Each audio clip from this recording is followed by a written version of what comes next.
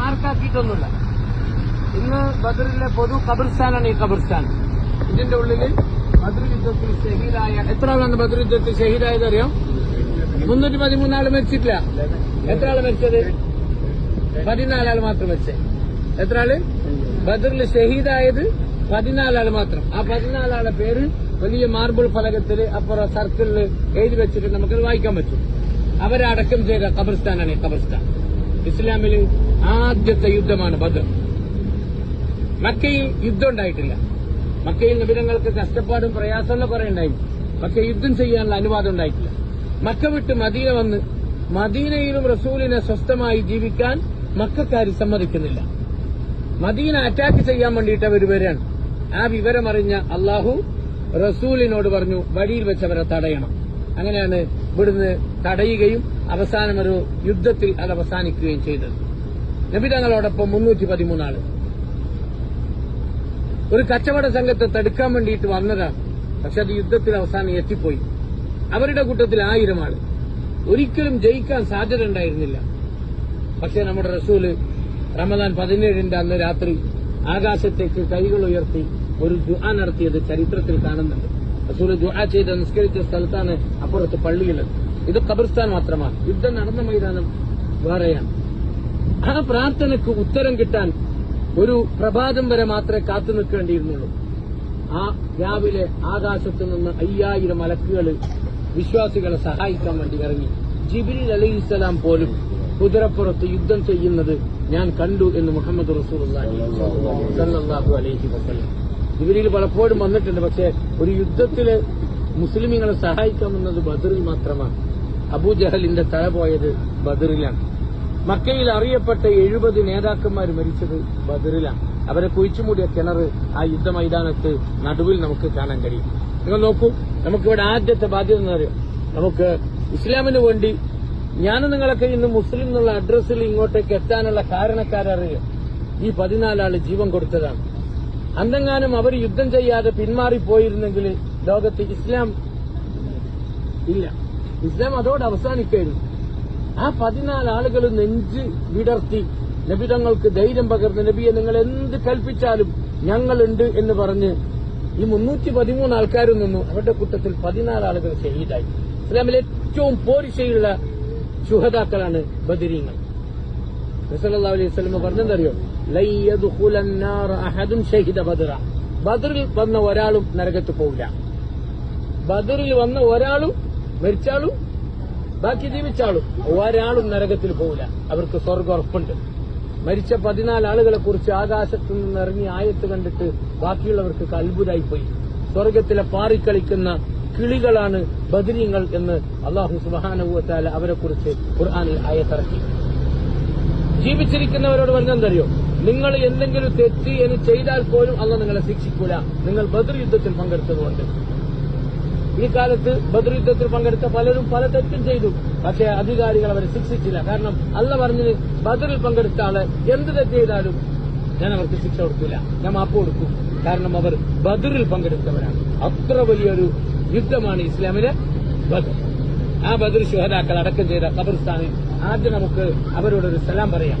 പറഞ്ഞോളൂ, അസ്സലാമു അലൈക്കും യാ ശുഹദാഉ ബദർ യാ ശുഹദാഉ ബദർ വഇന്നാ ഇൻഷാഅല്ലാഹ് ലാഹിഖൂൻ നസ്അലുല്ലാഹ ലനാ വലക്കും العافية يغفر الله لنا ولكم. അല്ലാഹു സ്വർഗ്ഗത്തിൽ ഇവരുടെ അയൽവാസികളായി നമുക്കും ഇരിക്കാനുള്ള തൗഫീഖ് അല്ലാഹു എത്തിക്കുമാറാകട്ടെ.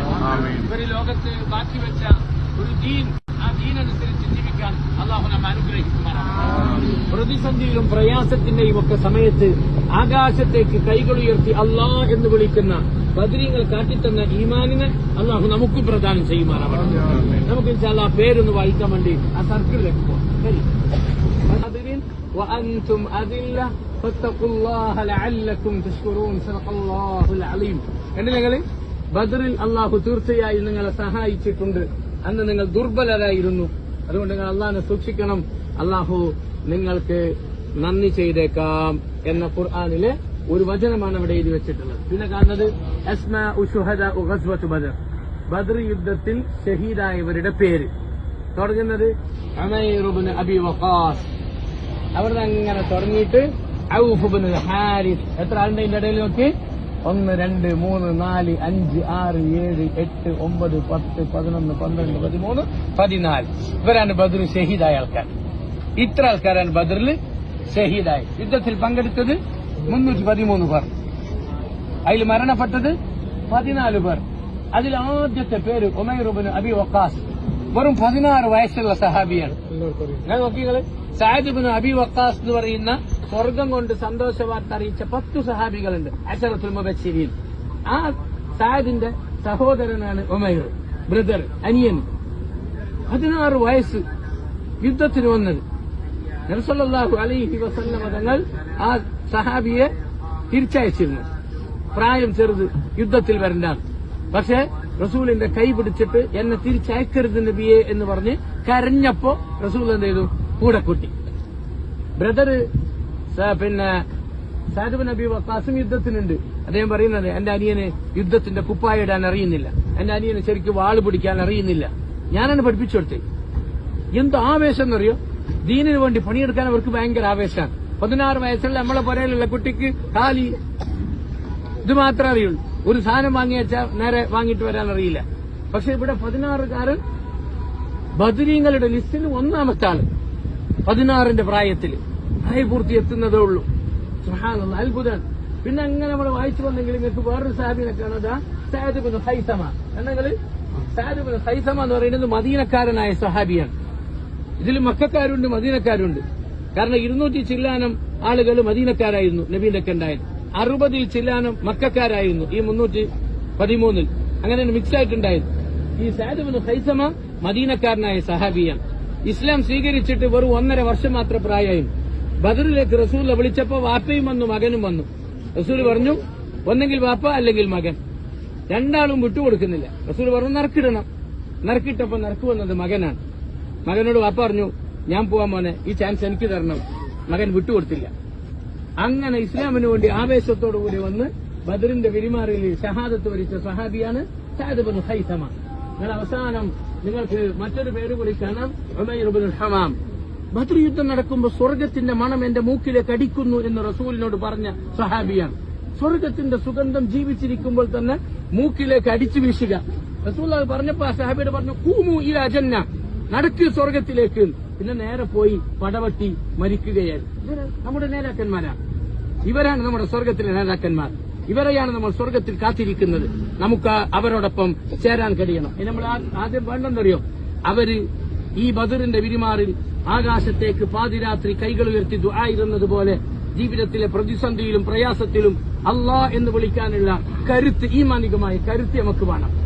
എപ്പോഴും കൈകൾ മുകളിലേക്ക് ഉയരണം. കൈകൾ ഭൂമിക്കടിയിലേക്ക് അടക്കപ്പെട്ടവരിലേക്ക് ഉയരുന്ന അവസ്ഥ ഒരിക്കലും ഉണ്ടാകാൻ പാടില്ല. ഭൂമിക്കടിയിലുള്ളവരിലേക്കല്ല, 7 ആകാശങ്ങളുടെ മുകളിൽ അർശിൽ ഉപവിഷ്ടനായ നാഥനിലേക്ക് കൈകൾ ഉയർത്തണം. അല്ലാഹു നമ്മെ അനുഗ്രഹിക്കുമാറാവട്ടെ. അസ്സലാമു അലൈക്കും വറഹ്മത്തുള്ളാഹി വബറകാതുഹു.